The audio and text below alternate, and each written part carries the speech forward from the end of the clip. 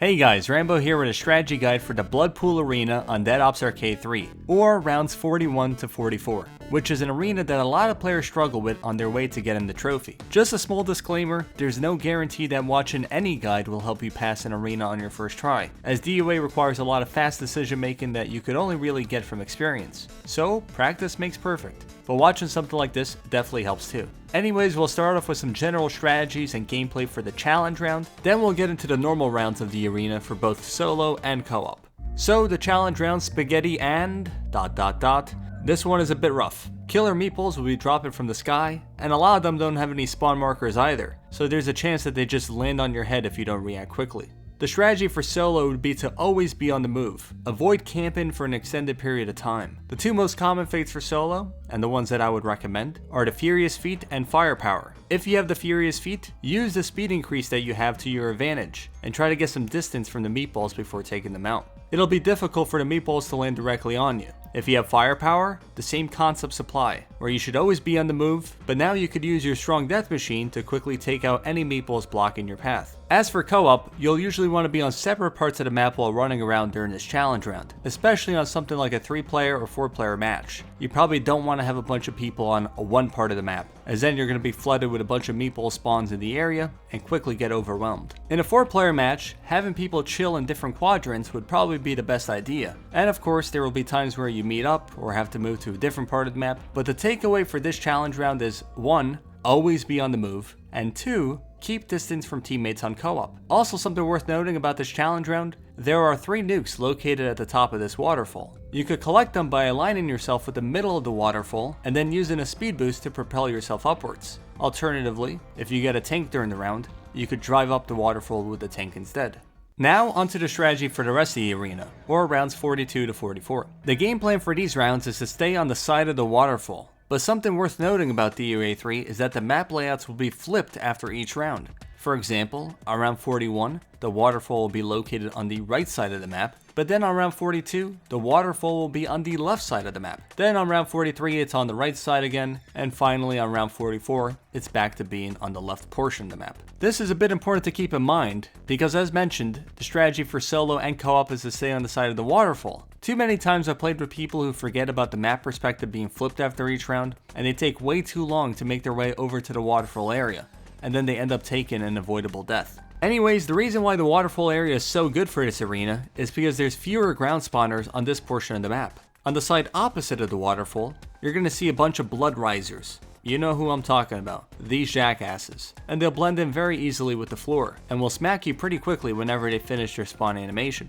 So avoid that area as much as possible, and try sticking exclusively to the waterfall area unless you're forced out. Even though there are a lot of obstacles on the map hindering your movement, this object over here is actually something you can walk through without issue, so use that to your advantage. Anyways, on solo, whether you have the Furious Feat or the Firepower, you'll want to train the zombies over here like I'm doing right now on your screen, almost like a figure 8 of sorts. With the Furious Feat, you have the advantage of squeezing your way through gaps that present themselves, and you're able to outrun the enemies quite a bit as well. Meanwhile, with the Firepower, while you move slower, you will be able to shoot zombies that are blocking a potential escape path. With the Firepower, or really any fate, you don't always need to be shooting the zombies that are chasing you directly from behind, but you should try keeping an eye on any zombies that are blocking a potential escape route, and then try to create a gap for yourself with your strong primary weapon. Running the zombies over here could be a bit intimidating at first, so you might have to gain some experience before you're comfortable with it. And it's not always going to be a smooth figure 8 either, but once you get the hang of it, you can pretty much beat this arena with minimal loss of lives and armory.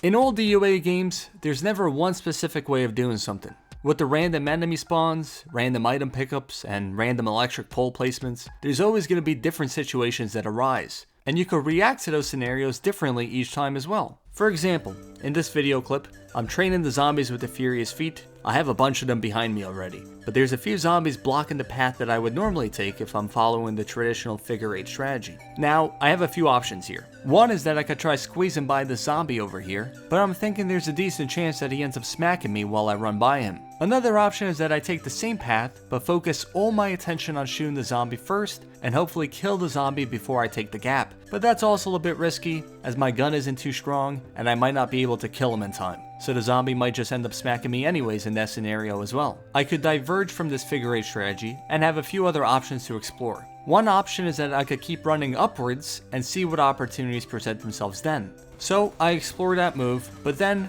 freeze frame. I'm faced with another dilemma. I could try going right towards the area with heavy ground spawners, which of course carries with it some risk, but it's definitely doable, as I'll show later. Or my other option is that I could double back and scrape by the waterfall. Pretty much go back to where I just came from, and hope that no zombies hit me there. Since I have the feet in this gameplay, I think double backing to the left is the safer option, and it ends up working very well. Although all of the 4 options discussed could have hypothetically worked.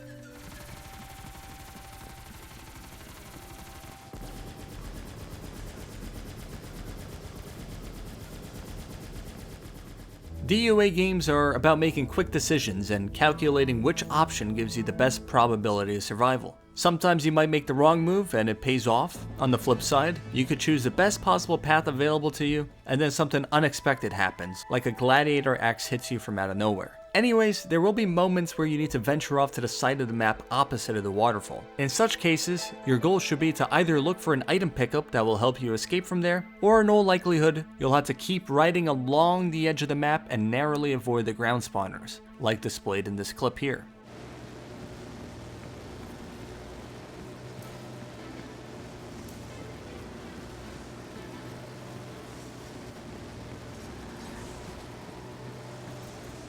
Usually you'll be able to make your way past that area and make your way back to the waterfall through this path over here. But there will be times where zombies are blocking you from taking that escape path, in which case you will have to double back on this side and hope that there's no additional zombies blocking you at this pinch point. Also, some general advice: keep an eye out for an arcade machine or vehicles on the other side of the map as well, as those items are definitely worth venturing out for, or using a piece of armory to obtain them if necessary too. First person power-ups are great as well for normal rounds, as there's increased visibility of the enemies, and also you get a score multiplier increase. Just beware of meeples on your minimap radar, which are signified by giant red dots. And finally, the flashlight from the wild is a pretty decent item to collect on as well, as it sort of helps with rounds 43 and 44, where it's a bit dark. As for co-op strategies, it'll be very similar to solo, as you will have one player, usually the person with the Furious Feet or host, train the zombies on the waterfall side of the map. Meanwhile, teammates should camp in this corner of the map, which is on the same side as the waterfall. It'll be the bottom left corner around 42 and 44,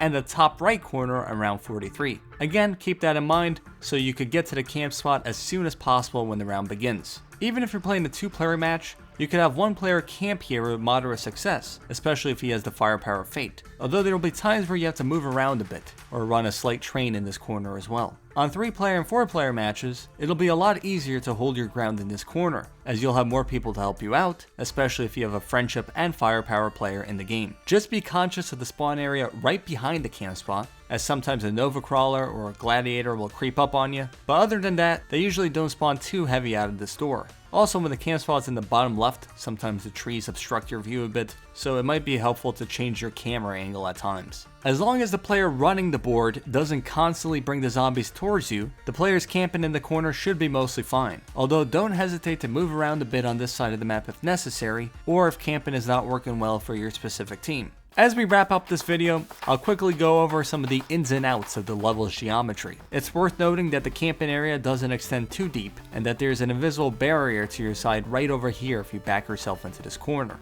As alluded to earlier, the bottom of the waterfall has a lot of room that you can pass by on. Just be careful of electric poles that sometimes spawn alongside the wall and block an escape path. Over here on this portion of the map, you're not able to go too deep into it, and as mentioned earlier, you can walk through this object over here, and this one over here has a bit of terrain that you can maneuver around as well, but man, I don't blame you guys for finding this arena tough with all this baloney obstructing your movement. Who would even think about adding all this junk to a map like this? Onto the meatball soup. Some people call it bloodbath, whatever. Here's a nice view from the top of the hill. As you can see, a lot of rocks all over the map, and they're removed for DOA too. You obviously have electric poles replacing them to an extent, though I think some of the rocks could have had a place in the map, and could have made it a little more difficult, because the arena suffers from the opposite fate that Coliseum has. Meeple Soup is just way too large of an arena.